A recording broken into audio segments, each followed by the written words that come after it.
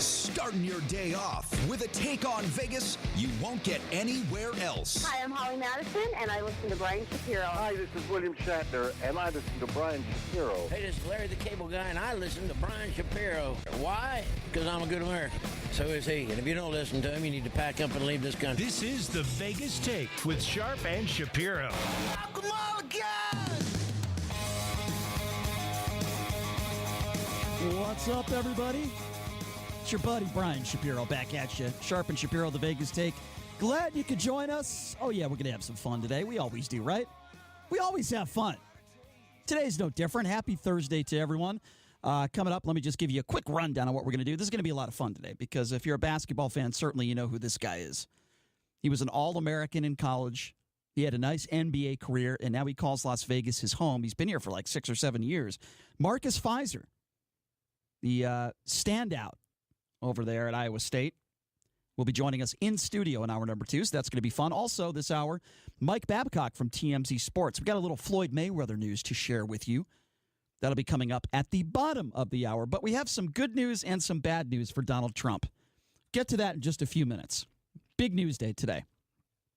But before we get to that, I want to talk about Representative Omar. This is the Muslim Democrat who I actually several months ago, and I'm ashamed to say this, I was happy that she was elected into office. I said this is a good thing that, you know, a Muslim was elected into office. We want more women in office. We want more people of different color in office. And by the way, I still feel that way. But this woman is a disgrace. And we've been talking about it over the last month, and I didn't know her history, and I admitted that. I was wrong. All about the Benjamins, baby. Anti-Semitic remarks that I don't need to repeat. It's one thing to be critical of Israel. It's another thing to say the idiotic things that she has said on social media. So, with Congress out of town Saturday and Sunday, Democrats were facing pressure to respond to this, and leaders decided to vote on this resolution rejecting anti-Semitism as hateful expressions of intolerance that are contradictory to the values that define the people of the United States, right? 23 Republicans voted against it. I would love to speak to one of those Republicans. Why would you vote against something like this? It makes absolutely positively no sense to me. I'll tell you what else doesn't make sense to me. People on Fox News 24/7 saying that, well, this is the Democrats' fault because of this Omar. This is their fault. But it's funny, when you watch Fox News, nobody really talked about Steve King, did they? The disgraced man who said basically said white supremacy, nothing wrong with it. You didn't hear Fox News talk about that, but it's Omar 24/7. This is a freshman representative who has basically done nothing yet. Nothing. And everyone's making her out to be the front of the Democratic Party. Same thing with Ocasio-Cortez. They are freshmen. Thank God Ocasio-Cortez hasn't said anything anywhere near as dumb as Omar, as hateful. These are not the leaders of the Democratic Party, and I'm not saying the leadership is great either. I am not a Nancy Pelosi fan, never have been. I'm not a Chuck Schumer fan, never have been. I don't think I've ever said anything good about either of those two. But Omar, what has she done except make some anti-Semitic remarks, in my opinion? 23 Republicans voted against this bill. Why? Well, outside progressives who seem to want to back Omar issued statements criticizing House Democratic leaders' strategies, suggesting that overwhelming condemnations of Omar put a chilling effect on questioning policy towards Israel. You know what is a chilling effect? When we have an elected member of Congress that either is a racist or makes anti-Semitic remarks, that's what I have a problem with. And yes, you could make the same argument that Donald Trump has made some pretty insensitive remarks. If you don't want to call them racist remarks, you could say insensitive. He makes insensitive remarks on a daily basis. Where are the Republicans there? The people on the right that want to complain about Omar, and I don't have a problem with that. Where are they when Donald Trump, makes ridiculous comments? Where are they when he talks about the border and he says these people coming into this country, they're rapists, they're bad people, and I suppose some of them are good people? Where are the Republicans on that? Do you see where I'm getting at here? We have Steve King on one side, we have Omar on the other side, and by the way, I think what Steve King said was even worse than what Omar said. I'm going to tell you right now, if this woman says one more thing, I don't care if it's on social media, I don't care if it's a private recording. I don't care if it's in a restaurant and somebody videos it. If she says one more thing that can even be considered anti-Semitic, she has to be gone. Just like Steve King is gone. She has to be gone because I don't want people like this running our country. And I don't care if you're on the right, and I don't care if you're on the left. I am tired of the hate, and she needs to go. That's it, as far as I'm concerned. One more dumb thing out of her mouth, she has got to go. There's a lot of people out there that are not fans, including me, and she has accomplished nothing so far. So for anyone to say she's the talking point for the Democratic Party and she's a leader, no, she's not. She hasn't done anything. She's a freshman, hasn't done anything. So stop it with that nonsense. There's some good news and some bad news for Donald Trump that I want to get to today. Why don't we start with the good news, right? Usually you say, well, what do you want, the good news or the bad news? Let's give Donald Trump the good news first. A judge today tossed out Stormy Daniels' lawsuit against Trump over this hush money agreement. Now, I don't feel bad for Stormy Daniels, and here's why. Because she is certainly taking advantage of this situation. Whether she's dancing half naked or she's making appearances or she's signing autographs, whatever the case may be, there is no question that Stormy Daniels, and she has the right to do this, by the way, she has taken advantage of this situation when it comes to Donald Trump. Now, the one person to blame here is Donald Trump. Should have never slept with her to begin with. Hush money, payments, all that stuff. Trump made mistakes across the board here, and he's going to pay the price for this. And the checks prove that, in my personal opinion. But I do not feel bad for Stormy Daniels, and, she's, like I said, she's taking advantage of this situation, so I don't feel sorry for her at all. But that is good news for Donald Trump in a week where maybe there wasn't a lot of good news for him. That is some good news. But, yeah, a couple people that were at one point very close to Trump, including his former campaign director, Paul Manafort. You hear about this? Yeah, he was sentenced today to 47 months in prison for those convictions stemming from special counsel Robert Mueller's investigation into Russian interference in the 2016 presidential election. Now, remember, this guy is 69 years old, and he was facing up to 25 years behind bars. If he got the maximum, which nobody thought he was going to get, if he got the maximum, probably would have died in prison. But even at just under 4 years, which is what he got the sentence, still the longest given yet to any defendant in the Mueller probe. And before he was sentenced, he actually spoke briefly. This is really the first time we heard him really say anything. He spoke about how prayer and faith have helped him get through this time and asked the judge for compassion. Yeah, there you go again, right? People turning to religion when they F up. I can't stand that. Stop it with your prayers and your faith, okay? Paul Manafort, you are a lying scumbag and you are a disgrace. And if they gave him 25 years, it wouldn't have felt bad for the guy at all. He went on to say, quote, "The last 2 years have been the most difficult years for my family and I." Well, good. You deserve it. You did it yourself. He was in a wheelchair wearing a green jumpsuit that read Alexandria inmate.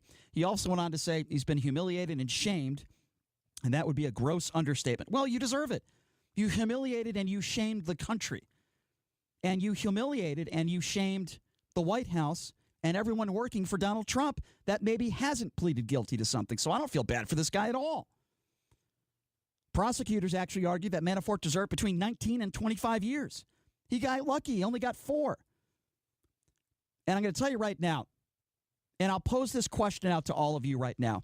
Do you think that it would be right if Donald Trump pardoned Paul Manafort? Because I actually think I'm 50-50 on this one. I think there's a good chance this could happen. How would you all feel about that out there? And I'm talking to all of you, not just people on the left, not just people that do not like Donald Trump. I am talking about people specifically as well on the right who support Donald Trump. What will you say? And I'll open up the phone lines on this. What will you say if Donald Trump pardons Paul Manafort, which I believe he will? The number to call if you want to be a part of the program. I want to know what you think about this. There's a man that clearly has broken the law, deserves probably more jail time. He got little over 4 years, I believe. Do you think that Paul Manafort deserves a pardon? And what will you do? What would you say to Donald Trump if he gives Paul Manafort a pardon? The number to call is 257-5396. Again, that number to call if you want to be a part of the program. Area code 702-257-5396 is the number to call. Phone lines open if you want to be a part of the program. So prosecutors, as I said, they recommended more time, 19 to 25 years. And Prosecutor Greg Andres told Ellis that Manafort never gave meaningful help during his cooperation with the special counsel's office. Now, keep in mind that he's also going to be sentenced again next week. So when you look at these 4 years, we could be adding more years tacked onto this. I'm talking about the sentencing that took forth this morning. 4 years, I'm talking right here, but obviously it appears as though he's going to get more jail time next week as he's sentenced again. Prosecutor said it wasn't information we didn't know. The reason he met for 50 hours was because he lied in regards to the 50 hours that he spent with Robert Mueller. 50 hours, and they got nothing out of him. And he lied. He absolutely 100% lied. All right, let's take some phone calls, and the number to call again, 257-5396. Let's start with Jeff. Jeff, thanks for calling in. How are you? Yeah, great. Thanks for taking my call. Sure. So the sentence was 47 months? Correct. With 9 months time served? Correct. So it's 38 months, same as Cohen? Correct. But he is going to be sentenced again next week. Is he going to be sentenced for more time? Yes, most likely. Yes, absolutely. Yeah. I didn't realize that. At 38 months, right. The political capital will not be spent by Trump. I hope not. More than that, then it's back on the table. I hope not. I really hope not, Jeff. But, what if he gets pardoned? I mean, I think there's a reason why Manafort kept quiet and has not helped the Robert Mueller investigation. I think it's because he expects a pardon from Donald Trump. Would you agree with that? No, I think it's because he has nothing to help them with. Boy, I'm not so... Well, let me ask you this then. Why did he lie? About what? Well, he lied to Robert Mueller. I mean, that's one of the charges here. About taxes, fraud. And he was, as far as what I've heard, he was not forthcoming when asked about specifics in regards to Russia and possible relations to Donald Trump. He would not go into it. Yeah, I just don't believe there is anything for him to give. That's just what I think. All right. Well, you know what, Jeff? I appreciate the call. You might be right. You might be wrong. I don't know 100%. What I know is this guy's a complete scumbag. What I know is that Donald Trump said he only hires the best people. Remember when he said that, ladies and gentlemen? I hire the best people. How many people are going to jail? How many people have lied? What about Michael Cohen, his right-hand man? Was Paul Manafort? Paul Manafort was his damn campaign manager. What does that say about Donald Trump? Why are we not talking about that? Donald Trump's judgment. Look at the people around him. This guy Manafort is a lying scumbag. Let's go to James. James, thanks for calling in. How are you, James? Doing pretty good, man. How about yourself? Doing good, my man. What's on your mind? First of all, when Donald Trump says he hires the best people, he hires the best people for himself. I agree with that. Yeah, I agree. And, as far as the whole pardon thing and the guy not speaking up, of course he's expecting a pardon. Who wouldn't when you work for Trump? When he has the power to do that, who wouldn't expect somebody to, you scratch my back, I'll scratch yours? Right. Yeah, I agree. I'm not saying it's right, and I hope that he doesn't get it by any means, because what is that showing the rest of the country? That people with power get away with murder. Right. It's funny, if you listen to right-wing radio or TV, they're going to bring up Hillary Clinton today. They're going to bring up Barack Obama. It's funny, they don't talk about that. They don't talk about, people talk about Donald Trump and what a genius he is. If he's such a genius, then why does he hire all these scumbags around him? That should be the question asked, right?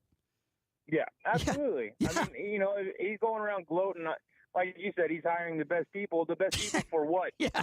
The best people to commit felonies. Yeah, exactly. Hey, James, always good to hear from you, my man. Thank you for the phone call. Appreciate it. 257-5396. We got one line open. Let's go to Brooks. Brooks, thanks for calling in. How are you?